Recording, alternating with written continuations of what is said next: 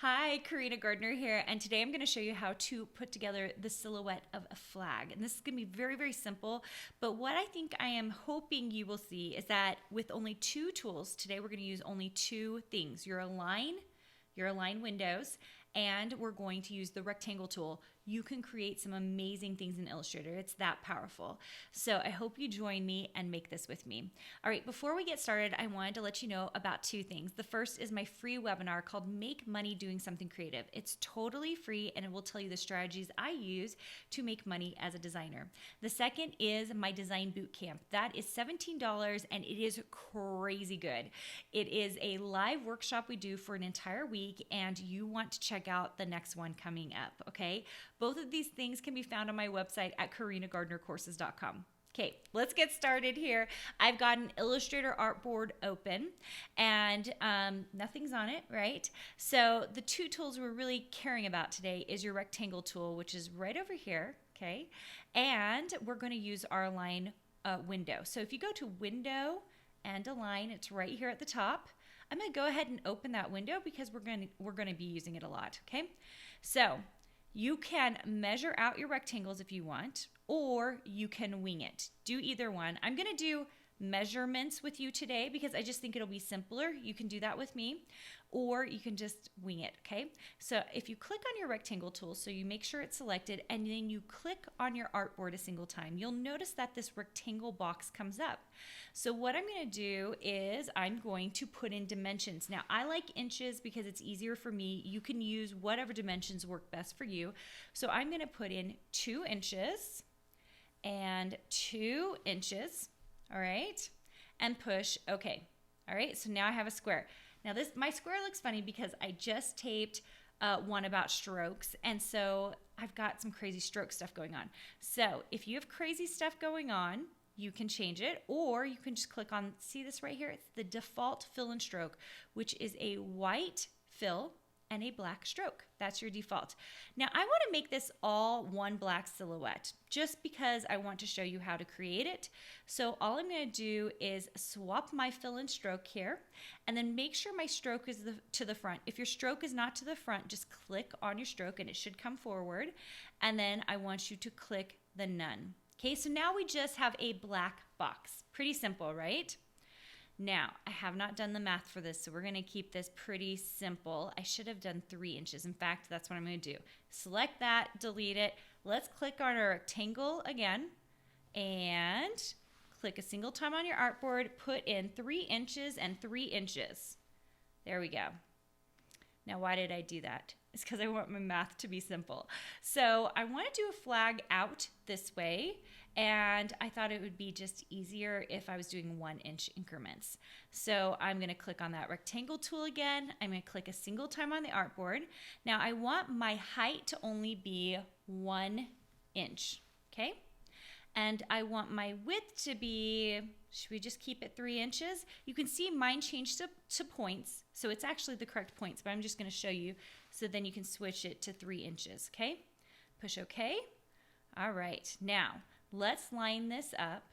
So I'm gonna keep this really, really close. I'm gonna select both of these, and I'm going to, you can use the align up here or the align on your window. Both work exactly the same way. So once you select 2 things with your black arrow, you'll notice this always pops up. I almost always like having my window open as well though, because I use it so often. So I'm going to vertically align it to the top. Pretty easy, right? We're gonna copy and paste this rectangle, edit, copy, edit, paste, and I'm going to take it. I'm going to select this box and this box, so the bottom rectangle and my square, and I'm going to bottom align it, okay? Now I'm going to select these 2 things, and I am going to right align it, okay? So mess around with these aligns.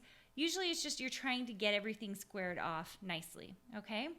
All right, now this bottom piece should be 3 inches plus 3 inches. I do have that little bit right there, so I might have to make an adjustment to it. But we also are just doing 1 inch increments, so we should be good. So I'm going to select this rectangle tool, click another time on the artboard. We're going to do 6 inches for your width, and your height should be 1 inch, which is 72 points. So just push OK. And now we can take this. Now, here's the thing. I do want this to be about 1 inch apart. So I'm going to use it just to see how far it needs to be. So I'm just going to edit copy, edit paste it while I'm highlighted on it. I'm going to put one right there. I'm just going to use this one to move down. And you can see I've made my stripes way too big. Super big, you guys, probably way too big. So what I'm going to do is, this is easy, right? I'm going to grab all these things. I'm going to not going to left align it. I'm just going to make them skinnier. So this is where the winging it comes in. If I had pre-measured out all of my flag measurements, this would be different. But we're kind of messing around here. So I probably should have done 1/2 inch increments is my thought. So I'm just going to guesstimate. You can see how I can kind of guesstimate here because I know that 2 will fit here like that. So what I'm going to do is I'm just going to pull this a little bit apart here and I'm going to guess right here. Okay, it's kind of a square flag. All right, so what I'm going to do is I'm actually going to align these 2 to the bottom of this square. So I'm going to select the bottom 2 rectangles and the square, and I'm going to left align them. Now you can see that the alignment is not going to be right over here, right? Because it's exactly 6 inches and I have this tiny little gap. So how do you deal with it? I'm going to come over to my rulers, and if I pull, then I can create a guide. Oh, I should tell you how to open up your rulers. I'm going to do that again since I suddenly thought, you don't know how to open up your rulers. If you don't see rulers like I do, go to Window and actually View, not Window, View Rulers, okay? Mine says Hide Rulers. It's because mine are already showing. Yours will say Show Rulers. So click on that and you will get these rulers. These rulers, if you click on it and pull, will allow you to have a guide. So I'm going to bring this to the end here, and you can see because I was so far away, it wasn't correct. I'm just going to Command Z or Control Z if you're on a PC and come on to the end here and get way closer, and now you can see what a beautiful little guide that is. So I can see where I'm short here, so I'm just going to select these 2 rectangles just like that, and I'm just going to pull them like that, okay? That was pretty good for winging it. If you want to get rid of this guide, all you have to do is go to View. Let's go to Guides, and you can clear all your guides or you can hide guides. I'm going to clear mine. That's it, you guys. Quick and simple flag. And I was just showing you the basics so you could see just really how easy it is with rectangles and alignment to create what you need. If you like the perfectness, which you should, you're in Illustrator, things need to be kind of lined up beautifully, then use that ruler and guide rule I just showed you to line everything up beautifully.